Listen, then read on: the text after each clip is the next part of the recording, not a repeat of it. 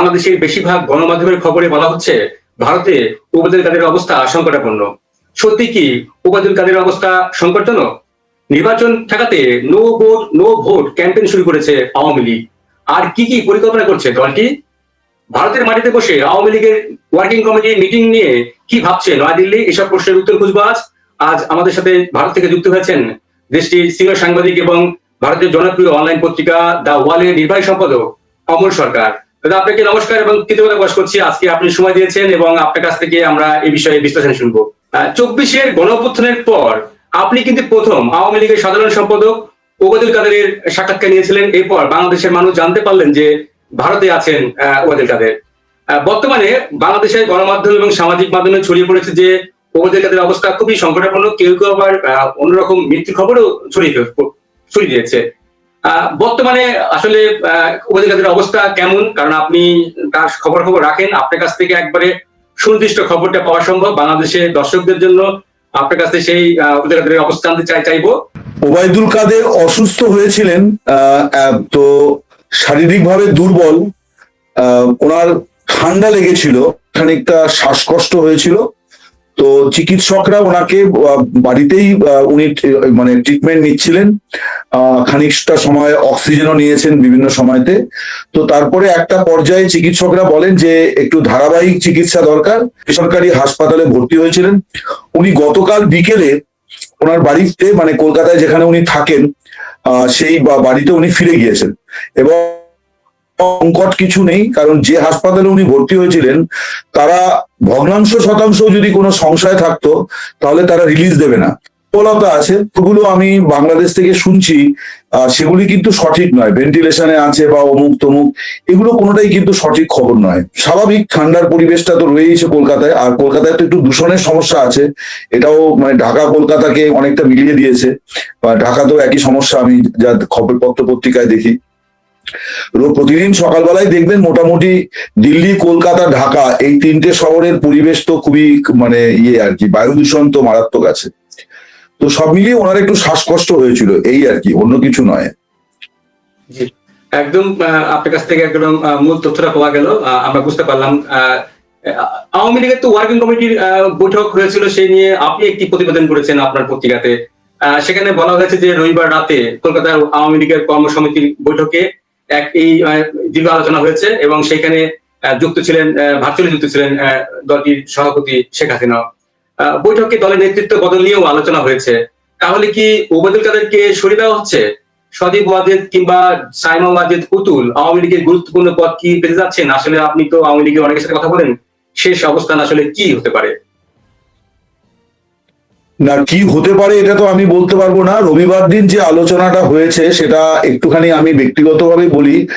রবিবার সকালবেলা আমাদের একটা ভিডিও উঠেছিল, মানে তো আপলোড হয়েছিল, যেটা আমি করেছিলাম। সেখানে আমি আমার মতো করে, আমি যেহেতু রেগুলার বাংলাদেশ ভারতের খবরাখবর করি, বিশ্লেষণ করি, আমি কিন্তু ভারতেরও রাজনৈতিক নানান বিষয়ের উপরে বিশ্লেষণ করি। তো আমি একটা বিশ্লেষণ করেছিলাম যে খালেদা জিয়ার মৃত্যু শেখ হাসিনার জন্য আর একটা সমস্যা বা চ্যালেঞ্জ এনেছে সামনে।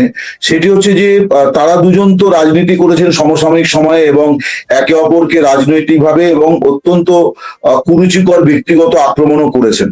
কিন্তু এখন তো বিএনপির শীর্ষ নেতৃত্ব বদল হয়ে গেছে, এখন তো তারেক জিয়া মানে শীর্ষ নেতা, এবং যা মানে অনুমান মনে করা হচ্ছে যে ভোট হলে পরে বিএনপি ক্ষমতায় আসবে, তারেক জিয়া প্রধানমন্ত্রী হবেন। তো তখন কি তারেক জিয়াকে রাজনৈতিকভাবে আক্রমণ করাটা শেখ হাসিনার পক্ষে কতটা শোভনীয় হবে, এটাও একটা বিষয়। তার কারণ তারেক জিয়াও তো প্রায় তার পুত্র সম, কারণ সজীব ওয়াজেদ জয়ের বোধহয় 55-56 বছর বয়স, তারেক জিয়ার 60 বছর বয়স, তো হাসিনার 78।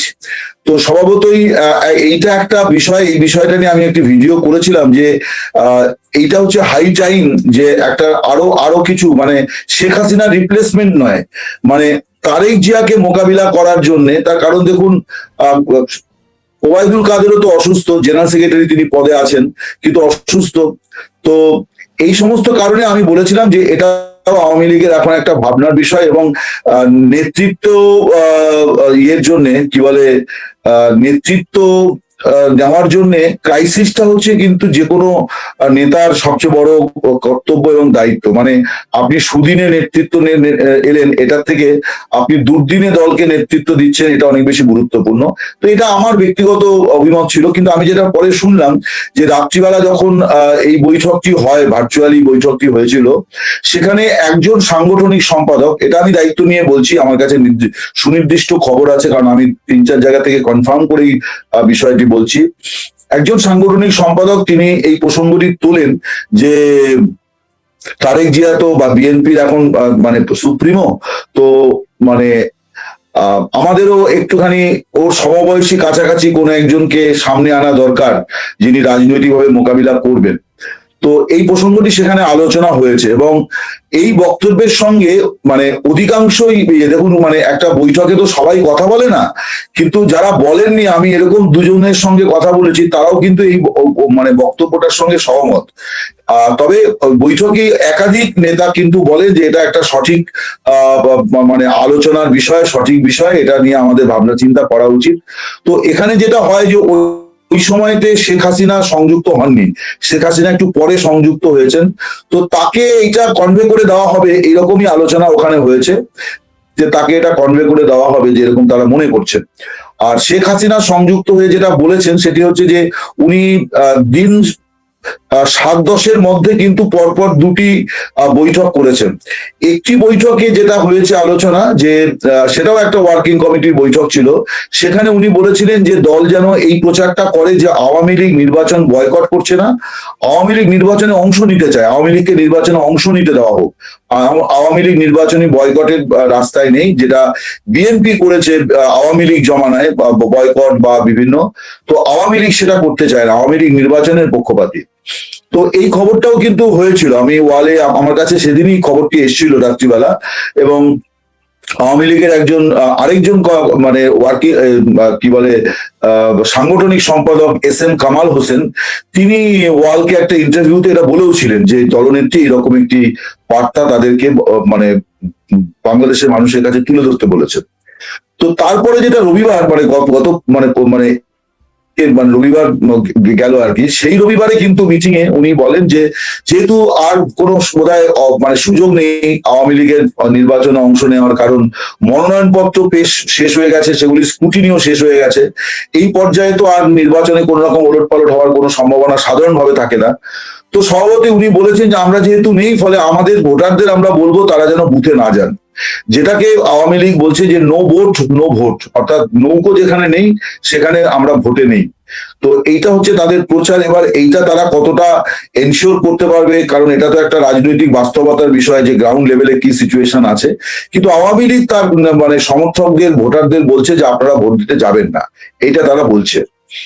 আমার যেটা মনে হয় যে নির্বাচনটা ডিসক্রেডিটেড হয়ে যাবে, এটা আওয়ামী লীগ ধরে নিয়েছে, যদি তাদের ভোটাররা না যায় তাহলে এইটা নিয়ে মানে নির্বাচনী ফলাফলে যারাই জিতুক না কেন তাদের নির্বাচনটা প্রশ্নবিদ্ধ হবে, এবং খুব একটা গৌরবেরও হবে না, যেহেতু আওয়ামী লীগ অনেক বড় দল, এটা নিয়ে তো কোনো সন্দেহ নেই, তারা অনেক বেশি অপরাধ করেছে এই মুহূর্তে যেটা মনে হচ্ছে, সেটাকে যদি ধরেই নেওয়া হয় যে তারা অনেক অপরাধ করেছে, কিন্তু আবার এট দ্য সেম টাইম এটাও ঠিক যে তারা বাংলাদেশের বৃহত্তম দল।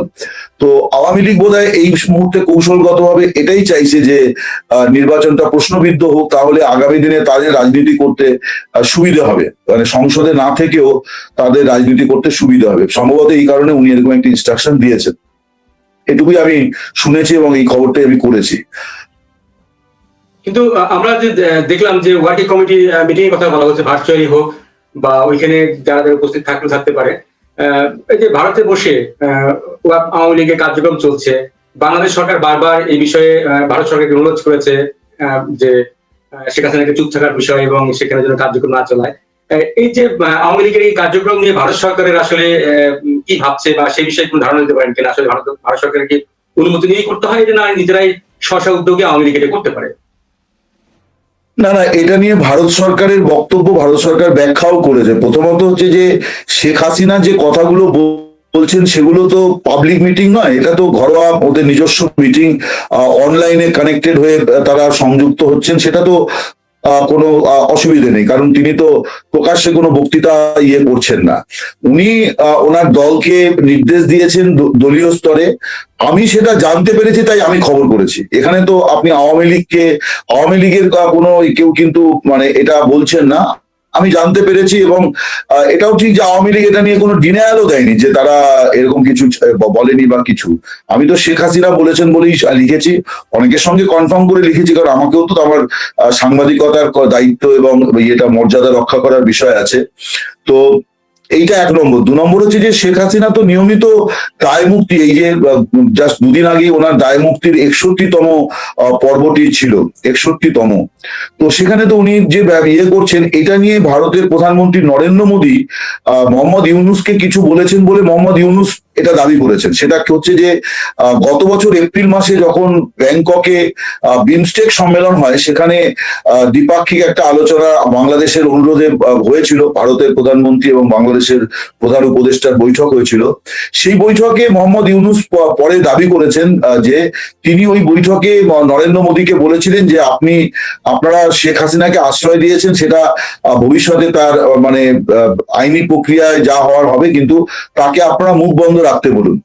তো নরেন্দ্র মোদী নাকি এটাই উত্তর ওনাকে দিয়েছেন, অ্যাকর্ডিং টু মোহাম্মদ ইউনূস, যে এটা শুনে নরেন্দ্র মোদী বলেছেন যে ভারতের সোশ্যাল মিডিয়াটা উন্মুক্ত, এটাতে সবাই তার নিজের কথা বলতে পারে, এটা সংশ্লিষ্ট প্ল্যাটফর্মের বিষয়। ভারত সরকারের এই ব্যাপারে, ভারত সরকার কারো মুখ বন্ধ করে না। উনি ওনার কথা বলছেন, উনিও এখন ভারতে আছেন, ফলে উনি ভারতের সোশ্যাল মিডিয়া ব্যবহার করবেন। ভারতের সোশ্যাল মিডিয়া ব্যবহারে এইরকম কোনো নীতি নেই যে কাউকে বলা যে আপনি সোশ্যাল মিডিয়া থাকবেন না, এটা ভারতের নয়। আর আমি যেটা জানি যে ওরা যে ডোমেইনটা ব্যবহার করে সেটা ইন্ডিয়ান ডোমেইন নয়, সেটা অন্য কোনো দেশের ডোমেইন। আমি সেটা কোন দেশের আমি বলতে পারবো না, এটা আমার নিজস্ব খবর। ডোমেইনটাও আলাদা, ফলে এখানে আপনি ভারত সরকারকে কিছু মানে আইনত বলার কোনো অবকাশ নেই। তবে একটা বিষয় আমি বলবো, আইন কানুনের প্রশ্নের বাইরেও ভারত সরকার তাকে আশ্রয় দিয়েছে, তিনি তার রাজনীতির কথা বলছেন, কেন তাকে অ্যালাউ করছে এটার ব্যাখ্যা বোধহয় একটু অন্য, সেটা কিন্তু আইনি নয়, সেটা কূটনৈতিক। সেটি হচ্ছে যে শেখ হাসিনা যেটা বলছেন, আপনি যদি খেয়াল করে দেখেন তাহলে ভারত সরকারের যে বক্তব্য, অর্থাৎ সন্ত্রাসবাদ বাড়ছে, জঙ্গি তৎপরতা বাড়ছে, ভারত বিরোধিতা বাড়ছে, সংখ্যালঘুরা বিপন্ন, এই ইস্যুগুলো নিয়ে শেখ হাসিনা কেন, যিনি বলবেন ভারত সরকার তার পাশে থাকবে, মানে এই বক্তব্য বলার জন্য তো ভারত সরকার তার মুখে লিকোপ্লাস দিতে পারে না। তার কারণ এগুলো তো ভারতেরও কথা, ভারতে বসে বাংলাদেশের সাবেক প্রধানমন্ত্রী বলছেন, এইটাই শুধু ফারাক। কিন্তু এটা তো ভারত সরকারের বক্তব্য, আপনি এই বক্তব্য বলার জন্য তাকে আপনি কি করে বলবেন যে আপনি কথা বলবেন না? ভারত সরকার তো একই কথা বিশ্ব মঞ্চে বলছে যে বাংলাদেশ নিয়ে বিভিন্ন যে মানে সিক্রেট মিটিং গুলো হচ্ছে, যেগুলো প্রকাশ্যে আনা হচ্ছে না, কিন্তু আমরা জানতে পারছি যে আলোচনাগুলো হচ্ছে। বা এমনকি আপনাদের দেশের যে নিরাপত্তা উপদেষ্টা এসেছিলেন, তাকেও আমাদের নিরাপত্তা উপদেষ্টা যে বিষয়গুলি নিয়ে কনসার্ন ব্যক্ত করেছেন, সেগুলো কিন্তু এগুলোই যে কিছু পুরনো গোষ্ঠী, যেমন ধরা যাক আলফার একজন বড় নেতা এই মুহূর্তে বাংলাদেশে আছেন, এবং এইটা নিয়ে ভারতীয় মিডিয়ায় খবর হয়েছে যে তিনি মায়ানমারে ছিলেন, সেখান থেকে তিনি ঢুকেছেন। তার কারণ মায়ানমারে তাদের কিছু সমস্যা হচ্ছে, স্ট্র্যাটেজিক প্রবলেম হচ্ছে, ফলে তারা আবার বাংলাদেশে প্রবেশ করেছেন।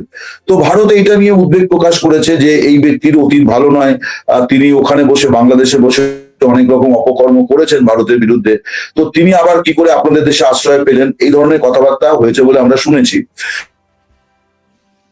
যে যে 4টি বিষয় নিয়ে মূলত উনি বলছেন, তার মধ্যে এই মানে 3টি বিষয় কিন্তু ভারতের একই বক্তব্য, যে মাথাচাড়া দিচ্ছে, বিচ্ছিন্নতাবাদ মাথাচাড়া দিচ্ছে, এবং সংখ্যালঘুদের উপর নিপীড়ন নির্যাতন হচ্ছে, এবং অনর্থক ভারত বিরোধিতা হচ্ছে।